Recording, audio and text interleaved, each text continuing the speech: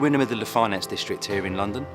Every single insurance company is within, say, half a mile to three-quarters of a mile from the Lloyd's building. It definitely is the centre of the insurance world. This is the front line for Argo Insurance Syndicate. I'm responsible for accepting risks on behalf of Argo, so I work in something called professional indemnity.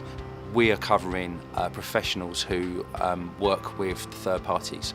We try and think of insurance as a collaboration between us and the broker. So we're working towards a common objective in that is to know that they can trade with that person, know that they're not going to lose money. So it gives confidence in the market.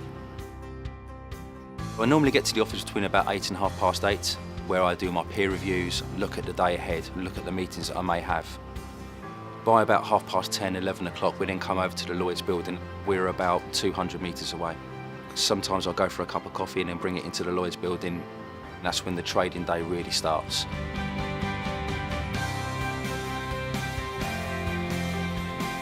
Lloyd's is a marketplace, the same as you might go on a Saturday morning to buy your produce. You see a lot of different stalls all next to each other with traders standing behind them trying to sell you their wares. Lloyd's is no different. It's a marketplace, but it just happens to be insurance as opposed to fish or meat or vegetables. In the underwriting room, every single insurance syndicate have an individual desk. So we sit here until about 1 o'clock, and it's that hour and a half of really intense, hectic business. So we have queues of brokers. They'll come and talk to us about different risks, different ideas, and pick and choose which underwriter they want to place their business with. The face-to-face relationship allows us to build on the experiences that we have with that particular broker.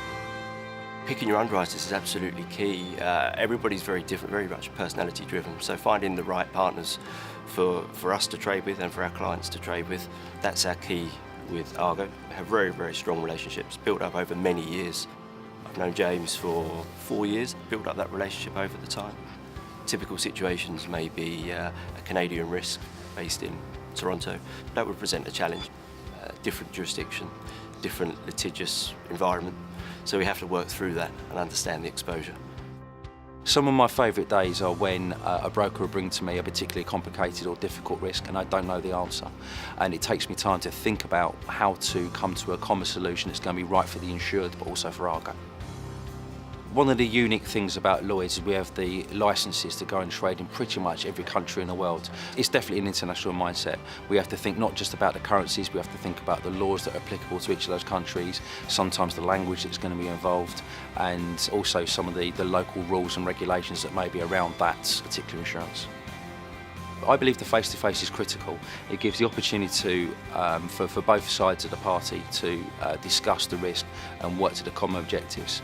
We're having to think fast. If we don't think fast, then the brokers are quite right that we'll go and see other underwriters as well. When you've got two parties that are actually trying to negotiate and trying to understand, you can't beat that split-second decision-making that happens at the box.